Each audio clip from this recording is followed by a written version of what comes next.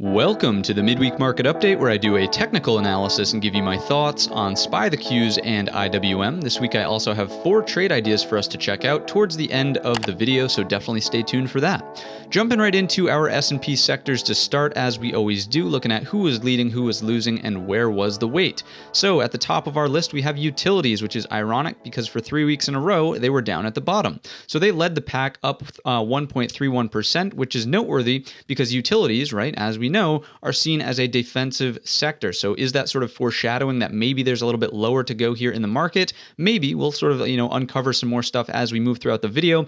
Builders are at the bottom of the list. Biggest loser today, down 0.41%. Not a huge deal there. They don't make up a huge portion of the weighting, and also not overly seen as a defensive sort of sector there. So not reading into that too much. So where is our weight, though? That's of course what we're usually concerned with. That's going to be the XLK for our tech sector, down 0.13%. So still down, but not down by a huge amount, right? It could have been much worse, and that's as measured from the prior day's close. Obviously, it was a fairly red day, right? We had some up and downs across the board here. Then we have the XLF, so the financial sector, second heaviest weight there, up 0.8%, so not a huge amount. And then the XLV sort of skewed more towards the top of the list, up 0.8%. So what you can see is that some of the lighter weighted sectors are actually up towards the top, and those heavier weighted sectors are down towards the bottom. So let's just take a look and make sure that there's nothing, too concerning here. I would say that the XLK is starting to actually become slightly concerning, and it's not, the end of the world, doom and gloom here, but we do now have candle closes underneath this area of support at that 151.20. So shift your outlook from being bullish to either neutral or slightly bearish, right? And again, you're never really gonna be all out bearish until there's a clear shift in trend, and we just don't have that at the moment. Sure, now if we start making lower lows, clear lower highs, doing something like that, then obviously yes, we're going to shift bearish. But as of right now, right, we still are in an uptrend technically, right? So and the other point I want to make here, I guess, while we're talking about this, before you change your mind for good, you have to think, right? You don't need to catch the very top of the move. You don't need to be bearish as soon as the chart shows signs of breaking down here. You can get the midpoint of the move, right? So if it does move lower, you're looking to capture this, and maybe it even continues lower after that. But if you can get a piece after you get confirmation from here to here, that's good enough. So that's a little tidbit that you can maybe take away from the video, is to never flip too soon, right? Wait and truly give yourself some confirmation before switching sides completely and with a firm bias. Right? So anyways, more neutral here inside of the XLK to slightly bearish with the breakdown and closes underneath that. So hopefully that's helpful. In terms of the XLF, also a little bit, coming off of the highs, but what you'll notice is a different picture, right? So a little bit of a different picture here. If you notice, we're back inside of the overall range, and instead of getting closes underneath critical support, we're just remaining at the midpoint here as the market kind of resolves back lower towards those lows from last week. So I do think that's noteworthy, and obviously this push-pull between tech and financials is largely due to the TNX, right? It's all going to boil down to what's happening here with our interest rates. So I would say keep a close eye still on our inflection point at 1.5. Obviously, we have resolved that to the upside, closing today's session inside of the prior day, but above 1.5, and that's obviously going to hurt tech, but benefit the financial sector. Obviously, as rates go higher, banks make a little bit more money, and tech sectors essentially that rely on borrowing money, right? Their profit margins shrink a little bit. Their forecasted earnings per share shrinks a little bit. That's why you see that divergence there between financials and the tech sector. And obviously, if the rates cool back off, that's going to hurt the financial sector a bit, but benefit the XLK. So that's how that dichotomy works, and that's kind of what's going on right now, as rates have essentially screamed all the way up here to that 1.5. It's not like it was a slow, steady grind higher like this over time. It literally got there in the span of 3 or 4 days, right? So that's kind of what's impacting the market right now, in my opinion. The other thing that we can say about the TNX is oftentimes when the S&P dividend gets close to wherever the rates are at, generally what you see is some money come out of the S&Ps into the bonds or treasuries, whatever you want to call it, just simply because it's seen as a less volatile way to pick up the same amount of yield, essentially. So in the S&Ps, it just happens to be right now right around that 1.5 rate. So that's a small note there as well. Let's flip on back over to our sectors and talk about the XLV for healthcare, arguably falling the furthest essentially out of its range. A little deceiving that it was up 0.8, right? But overall, just kind of within this here and definitely falling harder out of that range. So again, this is one of those sectors where, yes, we are now sort of confirming with lower highs and and lower lows, you could be looking for some sort of downtrend to develop here inside of the XLV. And, the next entry point, maybe if you're looking for the short, right, would be if we fail to make a higher high, which would be above this 50 SMA essentially. So on any bounces, maybe you start looking for shorts inside of the healthcare sector for some sort of rollover, right? And again, it's all about catching the middle piece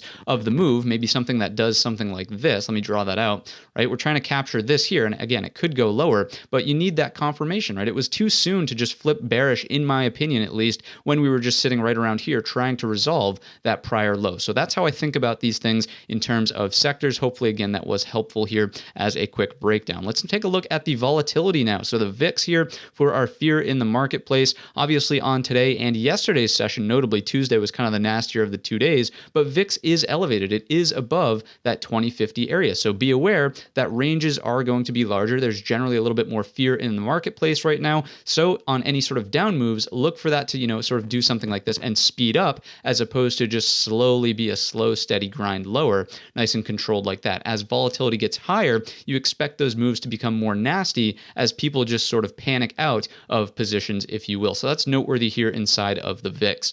Let's go back on over to our S&P charts here and talk about actual tradable levels as we, sort of navigate the rest of the week here. So clearly, big gap in the chart. That's the first thing I want to talk about here. So gap is from 440 up to 441.90. Call it 442 if you'd like.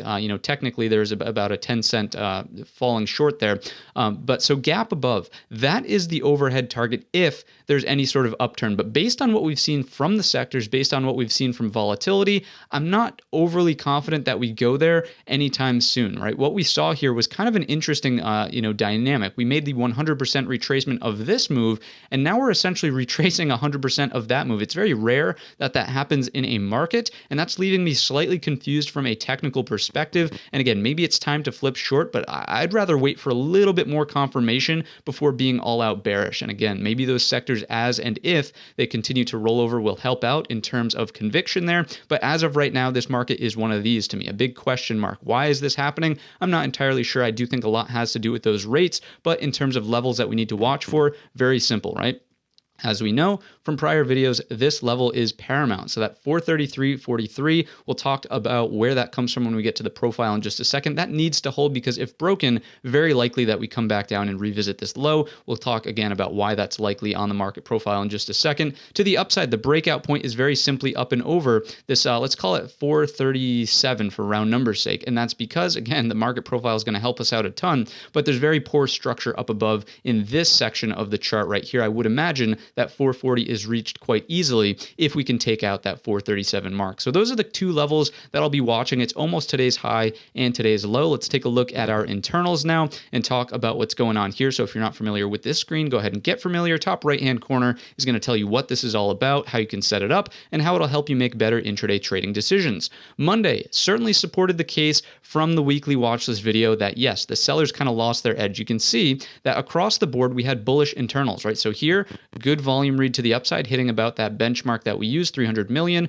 The advanced decliners were positive, and the ticks, although compressed, were fairly positive to neutral. I'll give it that, neutral into the end of the day. But that's exactly what we wanted to see based on consolidation after the rally off of the lows. Where things started to obviously change was on Tuesday's session, where things completely flipped the script. So big red volume here, obviously huge divergence, well, not divergence, but just huge correlation to the downside across the market, big negative tick read, right? So that sort of set the tone to say, maybe we're breaking down a little bit harder than we think here. So I think Tuesday was the pivotal day, and really today, just looking at a sideways day, I'm not going to read too much into the internals. Sure, they were green, but overall just choppy back and forth here, signaling sort of more price acceptance actually down here towards the lows. I think if you're just going to watch one thing on the futures, it has to be this resistance trend line. So coming in from the pre-market high of what was set, I think that was on Sunday in the overnight session, coming into Monday, here's your anchor point. Unless we can break that downtrend line, I don't think the tone sort of shifts here inside of the futures. Let's get on over to the profile now. That way we can talk about those nuances that we alluded to. If you're not familiar with this type of software, I've got yet again another video for you in the top right-hand corner. Go check that stuff out.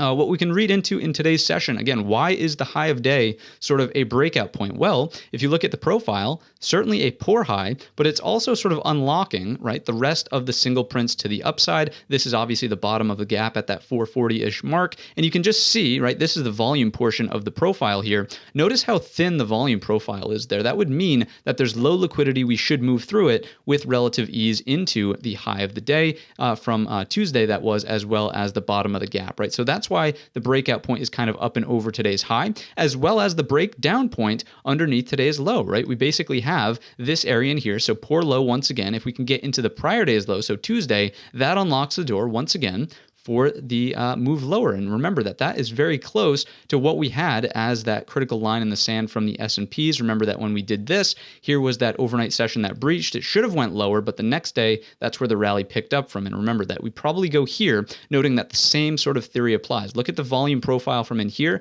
Very thin volume. I would argue a breach here takes us into that low with some relative ease, especially if the rest of the sectors are going to sort of roll over inside of the S&Ps. That's your XLK, that's your XLF. If that moves to the bottom end of its range, right, that's going to help the case here for more downside inside of the S&P. So it really is going to come down to, this high here, poor high and poor low. Which is the one that's going to get taken first? I'm not entirely sure, but we have the levels to be watching out for. And I've explained now why I think the targets are what they're going to be. The last thing I'll leave you with here is, though, although we closed fairly weak down here, I do want to point out where's the point of control, right? Technically, it is higher on the day. So, although value is very overlapping, right? So here's value and here's value, the point of control did migrate higher day after day. So that's just one tiny little data point, right? It doesn't mean that we have to rally, but it just does mean that the most volume was conducted at a higher level than the prior day. Let's flip back on over to our charts here at Thinkorswim, wrap up the broad market with our QQQ and IWM. I do want to point out also, again, I've got videos for you guys left and right. On your charts, you might be noting that you have an upper wick here.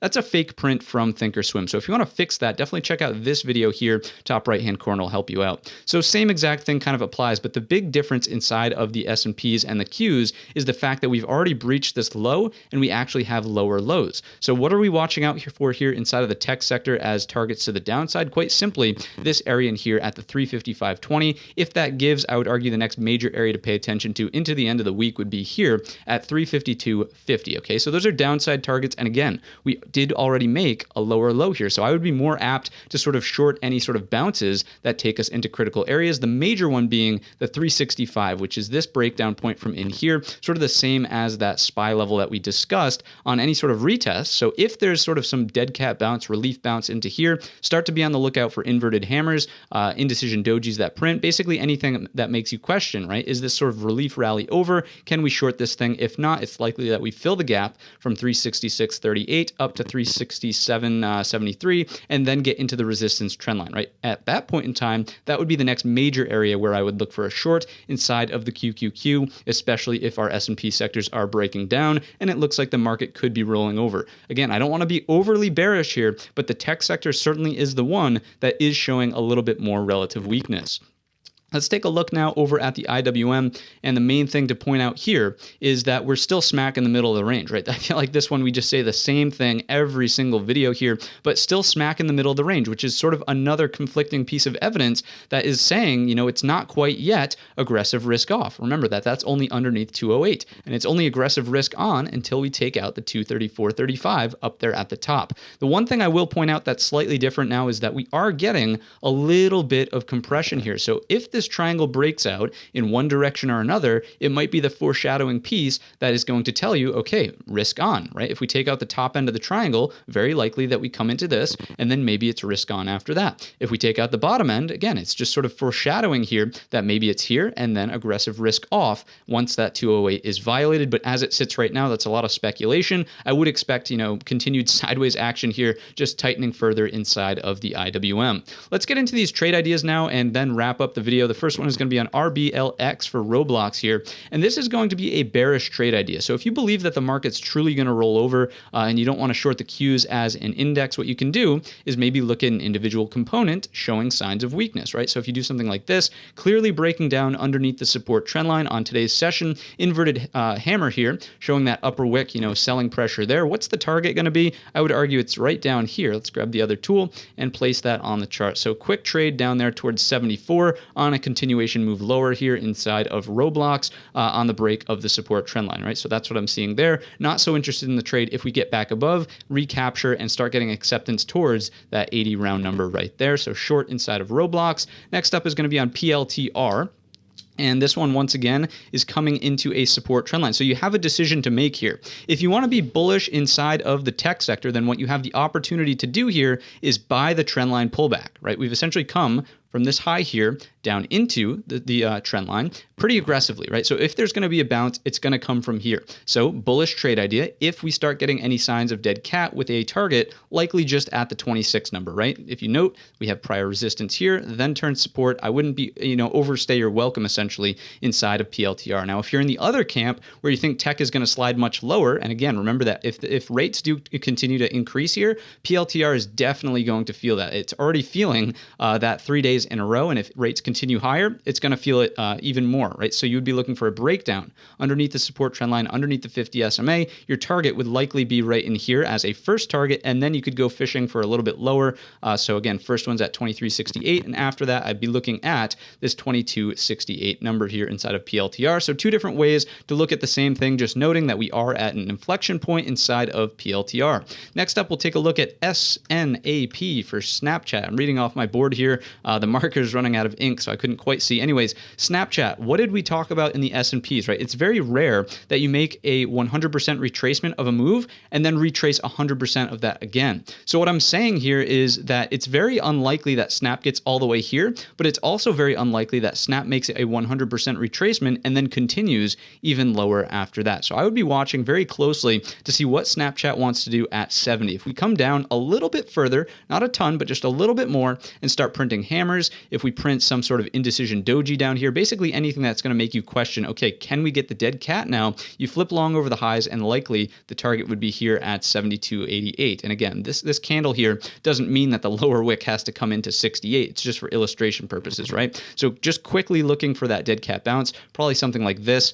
into this target right here, and then monitor for continuation, right? Maybe it makes it back into the midpoint of the range here around 76, but you don't want to overstay your welcome once again inside of Snap. Not so interested in the trade, obviously, the long side anyways, if we take out 70 and start getting price acceptance underneath. Next and lastly, we have another bearish trade idea inside of CSCO for Cisco, and what we're looking at is the break of a support trend line, an H pattern, all that good stuff combined, right? So here's your H, obviously on the little dead cat bounce, it was a back test of the 50, a back test of the support trend line, and it rolled over there. So if we can take out these lows, arguably in the next day or two, then what we're looking at is a move much lower into that 52.61, maybe a bump in the road here actually. Let's actually throw that on the chart. That would be something I want to be aware of. That's at 54.55, we'll call it for round numbers sake. So, quick trade to here, and then you're monitoring for continuation, probably for the bigger fish, which would be something like this. And again, obviously a rolling over broad market would help your case. You're getting in on the breakdown here,